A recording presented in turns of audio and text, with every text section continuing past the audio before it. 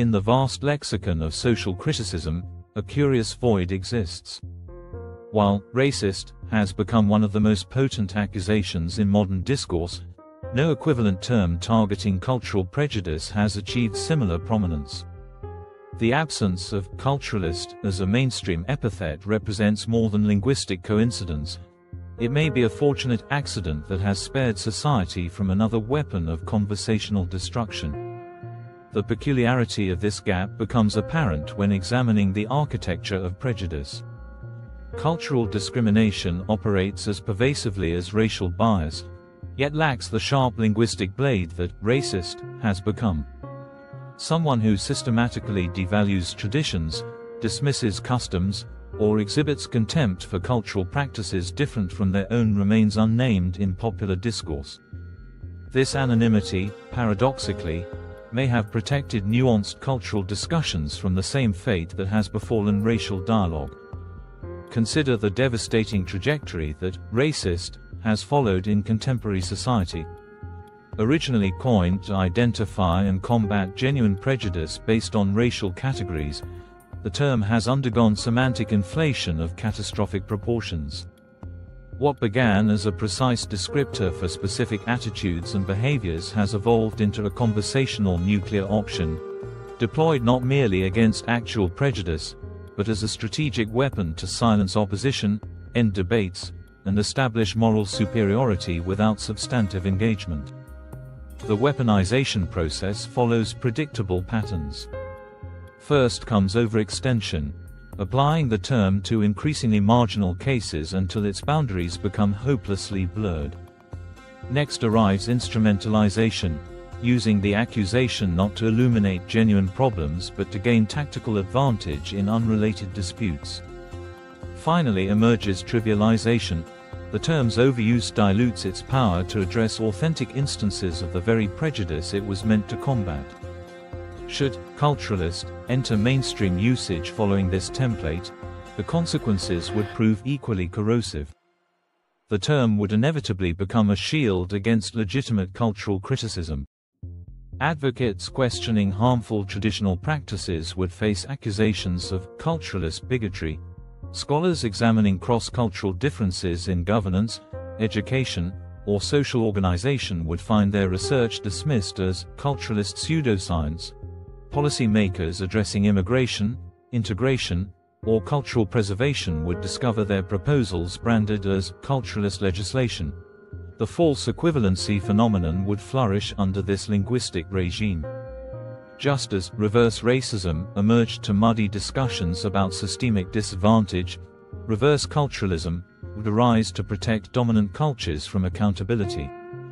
Majority populations would claim victimhood when minority cultures assert their distinct identities or demand recognition for their contributions. The historical reality of cultural imperialism and forced assimilation would become obscured beneath layers of manufactured grievance. Academic institutions would prove particularly vulnerable to this linguistic corruption. Universities, already struggling with the balance between intellectual freedom and cultural sensitivity, would face new pressures to police culturalist thinking. Course content examining cultural differences in crime rates, educational achievement, or economic development would become suspect. Professors would self-censor to avoid career-ending accusations. Students would learn to navigate ideological minefields rather than engage in genuine cross-cultural inquiry. The corporate sphere would quickly adopt culturalist as protective rhetoric. Multinational companies facing criticism for exploitative labor practices in developing nations would deflect accountability by claiming their critics imposed culturalist standards that failed to respect local customs.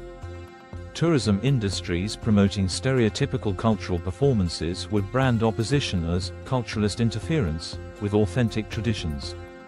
Marketing campaigns appropriating cultural symbols would dismiss criticism as culturalist gatekeeping. Perhaps most insidiously, the term would become a tool for silencing the very communities it purportedly protects. Internal critics within cultural groups, women challenging patriarchal traditions, young people questioning inherited practices, reformers advocating modernization, would face accusations of internalized culturalism for daring to examine their own heritage critically. The complex dynamics of cultural evolution and internal debate would collapse under the weight of simplistic labeling. Political discourse would suffer particularly acute damage. Immigration policy discussions would devolve into exchanges of culturalist accusations rather than substantive debate about integration strategies, resource allocation, or social cohesion.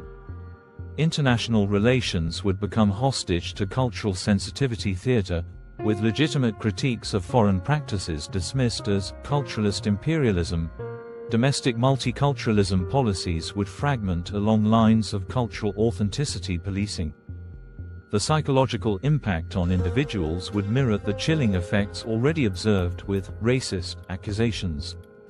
The fear of being labeled a culturalist would encourage self-censorship, groupthink, and performative cultural appreciation. Genuine curiosity about different ways of life would give way to cautious avoidance of potentially controversial topics. Cross-cultural friendships would suffer under the strain of linguistic landmines. Educational institutions would face impossible dilemmas. Teaching world history would require navigating accusations of culturalist bias when presenting certain civilizations as more technologically advanced or politically sophisticated than others. Comparative literature courses would struggle to analyze cultural themes without triggering sensitivity protocols. Foreign language instruction would become fraught with concerns about cultural appropriation and culturalist assumptions about linguistic superiority. The irony lies in how this linguistic weapon would ultimately harm the cause of genuine cultural understanding. By making cultural criticism taboo, culturalist accusations would prevent the honest dialogue necessary for building bridges between communities. Real instances of cultural prejudice would become harder to identify and address, lost in the noise of strategic accusations and defensive reactions. The absence of culturalist as a mainstream epithet has inadvertently preserved space for nuanced cultural discourse. This linguistic vacuum has allowed societies to discuss cultural differences, examine traditional practices, and debate integration policies without immediately descending into accusatory warfare. The preservation of this space represents a precious opportunity, one that would vanish instantly if culturalist achieved the same destructive prominence as its racial counterpart. The lesson emerges clearly. Sometimes the most powerful social progress comes not from creating new weapons of critique, but from refusing to forge them in the first place. The missing word, culturalist, represents not a failure of language, but perhaps its wisdom.